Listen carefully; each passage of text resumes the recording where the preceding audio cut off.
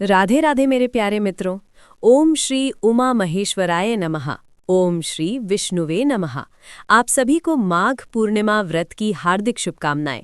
आज की इस वीडियो में आप सुनेंगे माघ पूर्णिमा की संपूर्ण व्रत कथा। प्रेम से बोलिए भगवान श्री विष्णु जी की जय, माता लक्ष्मी जी की जय। द्वापर युग में यशोदा माँ ने श्री कृष्ण से कहा कि हे कृष्ण, तुम सारे संसार के उत्पन्नकर्ता, पालनहारी और संहारता हो।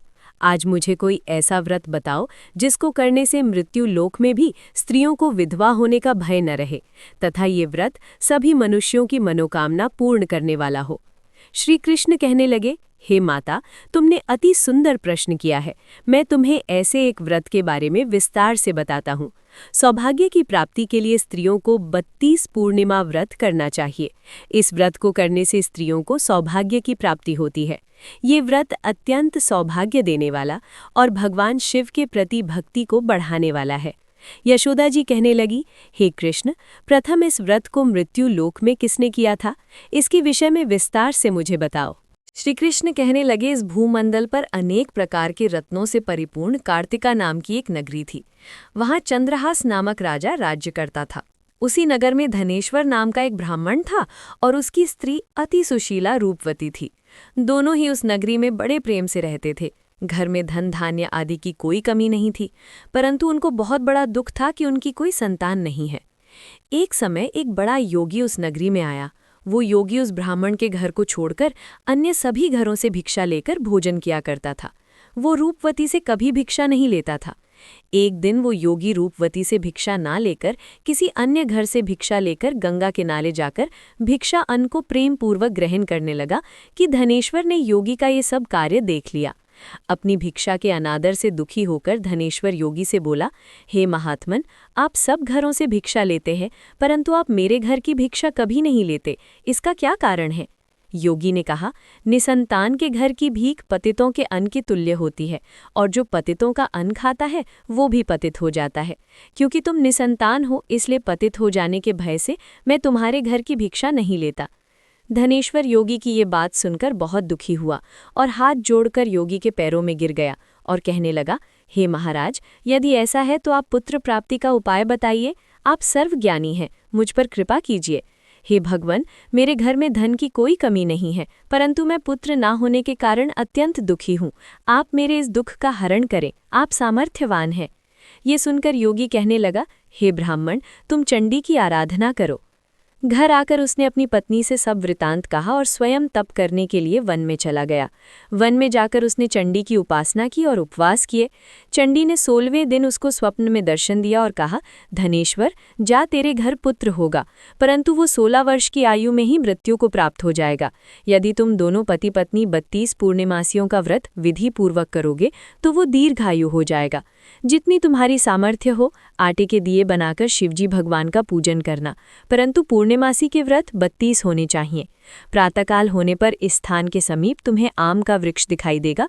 उस पर चढ़कर तुम एक फल तोड़कर शीघ्र ही अपने घर चले जाना और अपनी पत्नी से सब वृतांत कहना। ऋतु स्नान के पश्चात वह स्वच्छ होकर श्री शंकर भगवान का ध्यान करके उस फल को खा लेगी। शंकर भगवान की कृपा से उसको गर्भ हो जाएगा। जब वह ब्राह्मण प्रातःकाल उठा तो उसने एक स्थान के पास ही आम का वृक्ष देखा, जिस पर एक अत्यंत सुंदर आम का फल लगा हुआ था। उस ब्राह्मण ने उस आम के वृक्ष पर चढ़कर फल को तोड़ने का प्रयत्न किया, परंतु वृक्ष पर कई बार प्रयत्न करने पर भी वो चढ़ नहीं पाया। तब उस ब्राह्मण को बहुत चिंता हुई।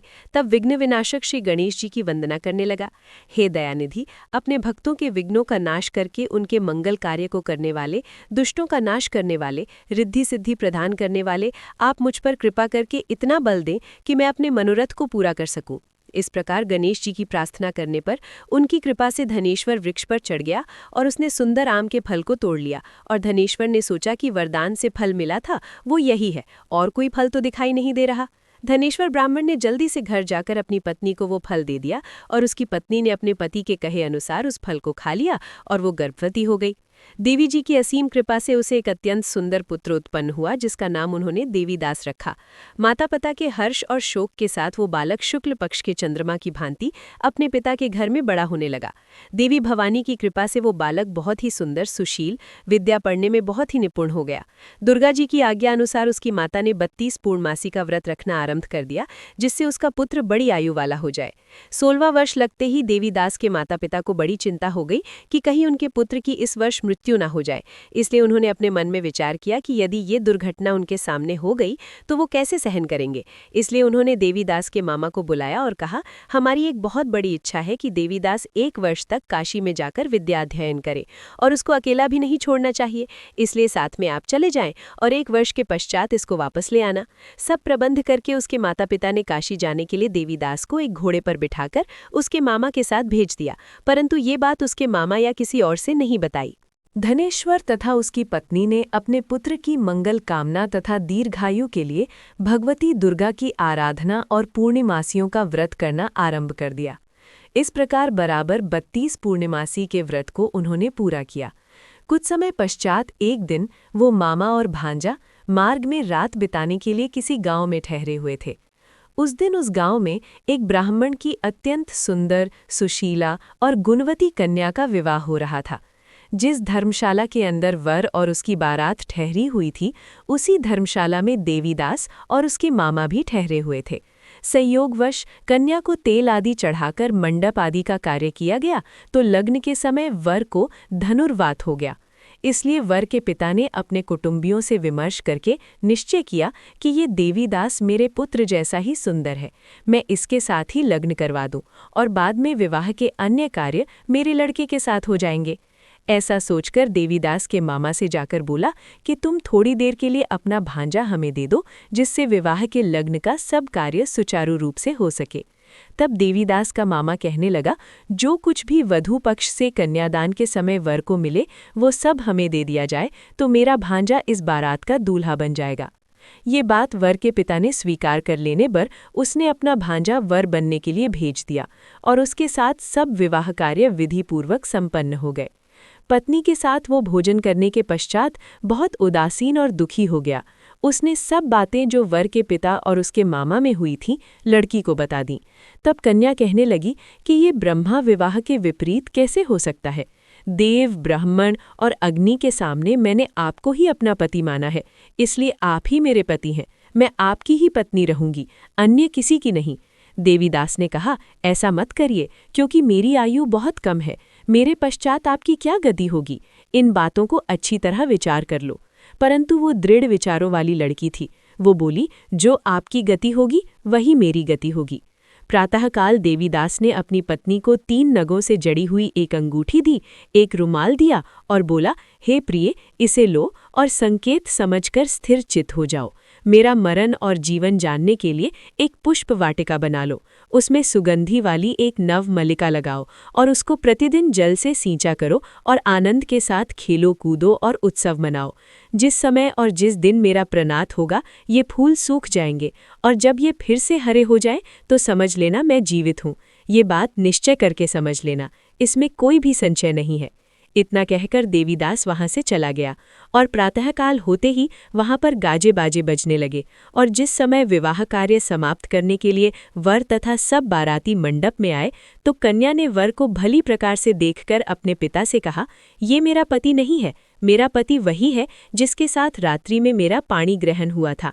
ऐसा समाचार सुनकर माता पिता को विश्वास नहीं हुआ, परंतु जब और लोगों ने भी आकर यही बात उन्हें बताई तो उनको बड़ा आश्चर्य हुआ। लेकिन थोड़ी देर में देवीदास ने आकर अपने माता पिता के चरणों में अपना सर रखकर प्रणाम किया और उसकी पत्नी ने अपने सास ससुर के चरणों को स्पर्श किया तो माता पिता ने अपने पुत्र और पुत्रवधू को हृदय से लगा लिया और दोनों की आंखों में प्रेम अश्रु बहने लगे। अपने पुत्र और पुत्रवधू के आने की खुशी में धनेश्वर ने बड़ा ही भारी उत्सव किया और ब्राह्मणों को दान दक्षिणा देकर प्रसन्न किया। श्री कृष्ण भगवान कहने लगे, इस प्रकार धनेश्वर 32 पूर्णिमासी के व्रत के प्रभाव से पुत्रवान हो गया। जो भी स्त्रियां 32 पूर्णिमासी के व्रत को करती हैं, वे जन्म जन्मांतर में वैधव्य का दुख नहीं भोगती और सदैव सौभाग्यशाली रहती हैं। व्रत करने वाला चाहे स्त्री हो या पुरुष, भगवान शंकर की कृपा से संसार के सकल आवंद भोग कर अंत में आवागमन रहित होकर शिवलोक को प्राप्त होता है। प्रेम से बोलिए, श्री लक्ष्मी नारायण भगवान की जय हो, उमा महेश्वर भगवान की जय हो। अब सुनिए पूर्णिमा व्रत की दूसरी कथा। पौराणिक कथा के अनुसार एक बार की बात है, किसी नगर में एक सेठ और सेठानी रहते थे। सेठानी प्रतिदिन श्री हरि भगवान विष्णु की पूरी श्रद्धा से पूजा अर्चना किया करती थी, लेकिन उसका पूजा करना उसके पति यानी सेठ को बिल्कुल भी पसंद नहीं था। इसी कारण सेठ ने एक दिन अपनी पत्नी को घर से निकाल दिया। घर से निकाले जाने के बाद सेठानी जंगल की तरफ निकल पड़ी। रास्ते में जाते समय सेठानी ने जंगल में 4 आदमी को देखा जो मिट्टी खोद रहे थे। तब सेठानी उन आदमी के पास गई और उन लोगों से कहा, कृपया आप मुझे किसी काम पर रख लें। इसके बाद चारों आदमी ने सेठानी को नौकरी पर रख लिया। सेठानी के हाथ पांव बहुत ही कोमल थे, इस वजह से काम करते करते उसके हाथ पर छाले पड़ गए। सेठानी के हाथों को देखकर चारों आदमी ने कहा कि तुम ये काम छोड़ दो, तुम किसी अच्छे घर खानदान की लगती हो, इसकी जगह तुम हमारे घर के काम में हाथ बटा दो। सेठानी इस काम के लिए राजी हो गई। फिर वो चारों आदमी सेठानी को अपने घर ले गए।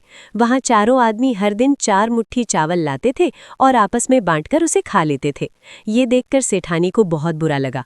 अगले दिन सेठानी ने चारों से कहा, सुनो भाई, तुम लोग कल से 4 मुट्ठी की जगह 8 मुट्ठी चावल लेकर आना। सेठानी के कहे अनुसार चारों आदमी अगले दिन 8 मुट्ठी चावल लेकर आए। उस चावल को सेठानी ने पकाकर सबसे पहले भगवान विष्णु को भोग लगाया और फिर चारों आदमियों को परोसा। जब चारों आदमियों ने उस भोग लगाए भोजन को खाया तो उन लोगों को बहुत स्वादिष्ट लगा। उन्होंने सेठानी से कहा, बहन, आज जो तुमने खाना बनाया है वो बेहद स्वादिष्ट है। इस पर सेठानी ने कहा, ये भोजन भगवान विष्णु का झूठा है, इसी वजह से आप लोगों को ये बहुत स्वादिष्ट लग रहा है। उधर सेठानी के जाने के बाद से सेठ भूखा रहने लगा। आस पड़ोस के लोग उसे देखकर ताने भी मारते थे कि ये आदमी सिर्फ अपनी पत्नी की वजह से ही भोजन किया करता था। ऐसा बार बार सुनने के बाद सेठ एक दिन अपनी पत्नी की तलाश में जंगल की तरफ निकल पड़ा। रास्ते में सेठ को मिट्टी खोदते हुए वही 4 आदमी दिखाई दिए। उसे देखकर सेठ ने कहा, सुनो भाई, क्या तुम मुझे काम पर रख सकते हो? तब चारों आदमी ने उसे काम पर रख लिया, किंतु मिट्टी खोदने से सेठ के हाथों में भी छाले पड़ने लगे, यहाँ तक कि उनके बाल भी उड़ गए। ये देखकर चारों आदमी को सेठ पर दया आ गई और उसने कहा, सुनो भाई, तुम इस काम को छोड़ दो, तुम किसी अच्छे घर के लगते हो, तुम हमारे घर चलो, वहाँ कुछ काम में हाथ बटा लेना। सेठ ने उन चारों की बात मान ली और वो उनके साथ उनके घर चले गए। घर पहुंचने के बाद सेठ ने जैसे ही सेठानी को देखा वो पहचान गए, लेकिन सेठानी घूंघट में थी और सेठ के चेहरे को नहीं देख पाई। इस वजह से वो अपने पति को नहीं पहचान पाई। हर दिन की तरह इस दिन भी सेठानी ने भोजन बनाकर विष्णु भगवान को भोग लगाया और सभी को खाना परोसने लगी। जैसे ही सेठानी सेठ को भोजन देने लगी, तब स्वयं भगवान विष्णु ने सेठानी का हाथ पकड़ लिया और कहा, ये तुम क्या कर रही हो?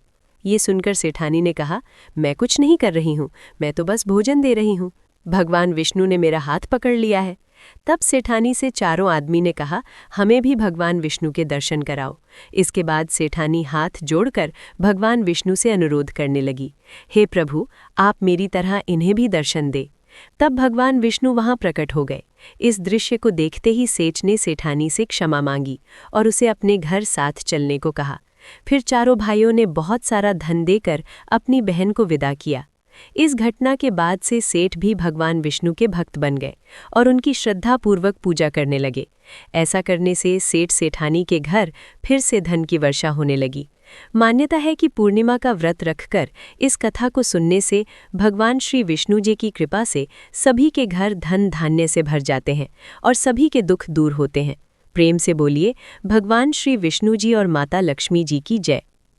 आपको ये पूर्णिमा व्रत कथा पसंद आई हो तो वीडियो को लाइक करिएगा, शेयर करिएगा, कमेंट में भगवान श्री लक्ष्मी नारायण जी ज़रूर लिखिएगा और चैनल को सब्सक्राइब ज़रूर करिएगा। इसी के साथ श्री सत्यनारायण भगवान की कथा के वीडियो भी हमारे चैनल पर आप ज़रूर सुनिएगा। राधे राधे, जय श्री कृष्ण।